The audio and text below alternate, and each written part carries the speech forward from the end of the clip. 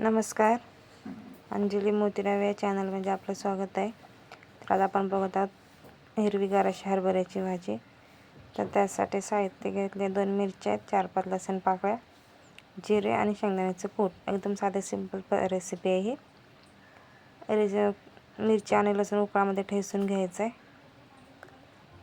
बारीक अशी पेस्ट तयार करायची. आता आपण बघूया भाजी कशी बनवायची ती. कढईमध्ये 1 माप तेल टाकायचं, त्यात थोडेसे जिरे टाकायचे आणि आपण वाटण केलेलं ते वाटण टाकायचं आणि व्यवस्थित लाल होईपर्यंत परतून घ्यायचं.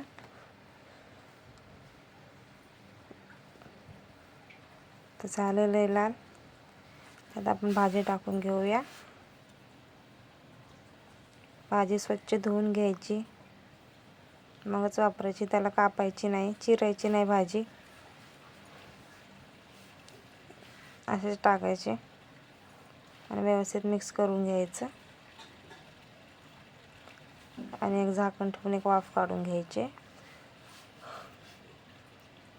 हे बघा आपली भाजी मस्त वाफेला तयार झाली आहे. पाणी पण टाकायची गरज नाही आणि त्यात आता शेंगदाण्याचं कूट टाकायचं आहे आणि व्यवस्थित परतून घ्यायचं. सगळं मिक्स करून घ्यायचं आणि झाकण ठेवून परत 1-2 सेकंदासाठी ठेवायचे. हे बघा थोडं चिटकले आणि त्यासाठी लागणारी आता आपण ज्वारीची भाकरी बनवणार आहोत. हरभऱ्याच्या भाजीसोबत एक ज्वारीची भाकरी अप्रतिम लागते. तर तुम्ही पण ट्राय करा. खाल्ली असेल तरी आणखीन एक वेळेस बनवून खा. आमच्याकडे ज्वारीचीच भाकरी लागते. ज्वारीचं पीठ व्यवस्थित मळून घ्यायचं.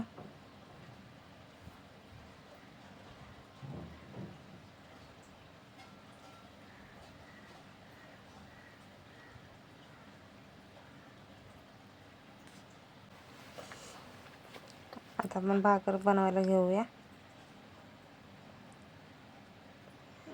मस्त एका हाताने भाकर थापून घ्यायची.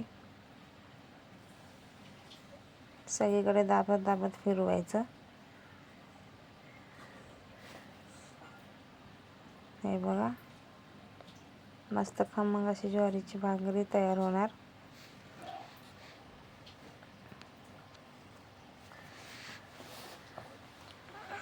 सगळीकडे हाताने दाबून घ्यायची, म्हणजे कुठे जाड पातळ होणार नाही.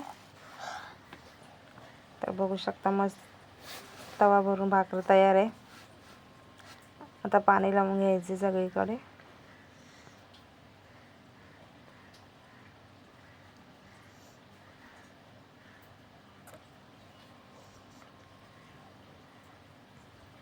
सुकू द्यायचं नाही पाणी, नाहीतर भाकरीला तडे जातात.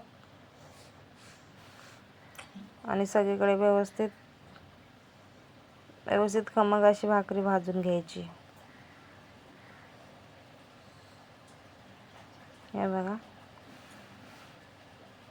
मस्त खमंग अशी भाकरी भाजून तयार आहे.